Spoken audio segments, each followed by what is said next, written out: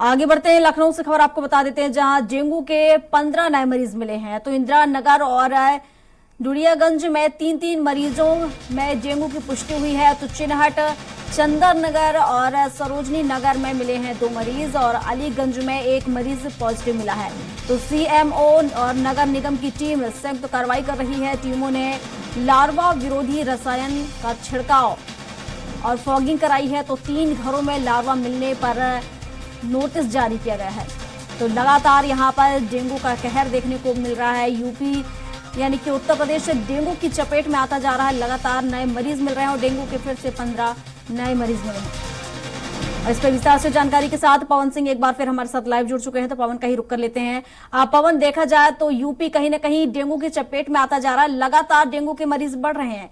हालांकि प्रशासन की तरफ से भी तमाम व्यवस्थाएं की जा रही है, लेकिन इसके बाद भी इसमें रोक लगाने में कहीं ना कहीं नाकाम हो रहा है प्रशासन।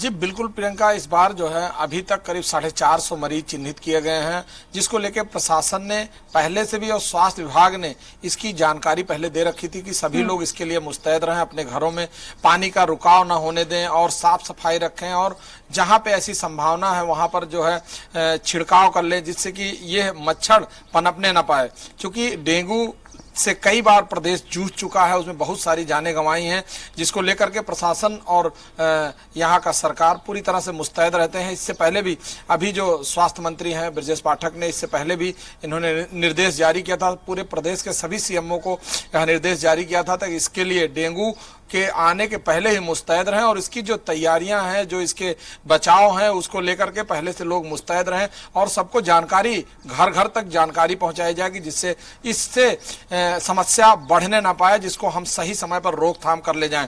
अभी लगातार मरीज बढ़ने का जो सूचना आ रही है, उसमें अभी कल 15 नए मरीज चिन्हित किए गए हैं, जिसको लेकर प्रशासन पूरी तरह से लगा हुआ और सभी सीएमओ को निर्देश जारी किया गया है कि जो भी कहीं पे अगर एक भी मरीज मिलता है तो उस गांव के, उस मोहल्ले के सभी लोगों के यहाँ ध्यान दिया जाए और इसको जिस तरह से कोविड का जो है जांच की जा रही थी, उस तरह से बिल्कुल सख्ती से पूरी तरह से मोहल्ले की जांच कराएं कि कहीं यहाँ कोविड के मतलब डेंगू के और भी मरीज तो नहीं, इसके लार्वा तो नहीं उत्पन्न हो रहे हैं। इसको लेकर के साफ सफाई और नगर निगम और नगर निकाय के जितने भी क्षेत्र हैं उनको निर्देशित किया गया कि वहां पर समुचित मात्रा में कीटनाशक और बाकी चीजें छिड़काव करके इनके लार्वा और मच्छरों को पूरी तरह से समाप्त करने की व्यवस्था बनाई जाए। बिल्कुल पवन, लगातार हम देख पा रहे हैं कि प्रशासन लगातार कोशिश कर रहा है, हिदायत भी दे रहा है, नोटिस भी जारी किए जा रहे हैं और दवाइयों का समय समय पर छिड़काव भी किया जा रहा है।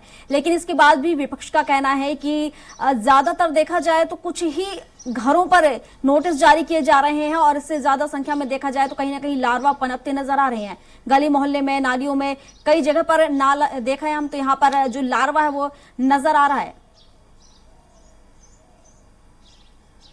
जी, सबसे बड़ी बात है कि जिन लोगों को निर्देश देने के बावजूद भी उन लोगों ने अपने घरों में साफ सफाई नहीं रखी, उन लोगों ने सारी व्यवस्था ध्यान नहीं दिया। नगर निगम अपने तरफ से कर्मचारी डिप्यूट करता है, लेकिन कुछ लोग ऐसे हैं जो साफ सफाई में कहीं न कहीं से आनाकानी करते हैं या उनके कोई सामान पड़े होते हैं तो उसको हटाने में असुविधा पैदा करते हैं, जिसको लेकर के ऐसा माना जाता है कि यहाँ पर जो है डेंगू के लार्वा उत्पन्न हो सकते हैं और अगर साफ सफाई नहीं रखी जाएगी तो उसका जो समस्या है उस पूरे मोहल्ले को, उस पूरे क्षेत्र को झेलना पड़ता है। इसी को लेकर के नोटिस जारी किया गया है कि इनमें जो लोग इसके लिए कोऑपरेट नहीं कर रहे हैं उन लोगों को नोटिस जारी करके बताया जा रहा है कृपया इसके कोऑपरेट करें, नहीं तो इससे समस्या उत्पन्न होगी। तो एक घर छोड़ के सभी घरों को जिनके यहाँ समस्या होगी उनको भी, उनके अलावा भी बहुत सारे लोग उससे प्रभावित होंगे, जिसको लेकर के नगर निगम पूरी तरह से मुस्तैद है। इसको लेकर के पूरे नगर क्षेत्र में अपना छिड़काव कर रहे हैं, कीटनाशक का छिड़काव कर रहे हैं, जिससे कि मच्छर उत्पन्न ना हो। क्योंकि यह डेंगू का जब भयावह रूप होने लगता है तो बहुत सारी स्थितियां विकराल हो जाती हैं, जिसको कवर कर पाना बड़ा मुश्किल होता है। इसको लेकर के इसलिए पहले से ही बचाव की व्यवस्था में नगर निगम खड़ा हुआ है। जी बिल्कुल पवन, अगर हम देखें कि अब तक अगर एक्टिव मरीजों की बात करें तो ये आंकड़ा कितना पहुंच चुका है, और अगर हम इस डेंगू के कहर से अगर हम देखें, डेंगू के डंक से जीवन अपना गंवाने वाले लोगों की संख्या कितनी हो चुकी है? देखिए, इस बार अभी जीवन गंवाने वालों की करीब लगभग 4 संख्या है, लेकिन जो इससे प्रभावित मरीज हैं वो करीब कल 15 मरीज नए मिलने के बाद करीब 450 से ज़्यादा मरीज इस समय हैं चिन्हित जो पूरे प्रदेश में हैं। क्योंकि यह जो है जब आने लगते हैं जो मरीज हॉस्पिटल में आते हैं, जिन मरीजों को देखा जाता है उसमें जो चिन्हित होते हैं उन्हीं का आंकड़ा आ पाता है। इसके अलावा भी मरीज जो है बहुत सारे ऐसे गांव गिराव में होते हैं जो पूरी तरह से उनकी जांच नहीं हो पाती और बाहर नहीं आ पाता, तो वो आंकड़ा सामने नहीं आता।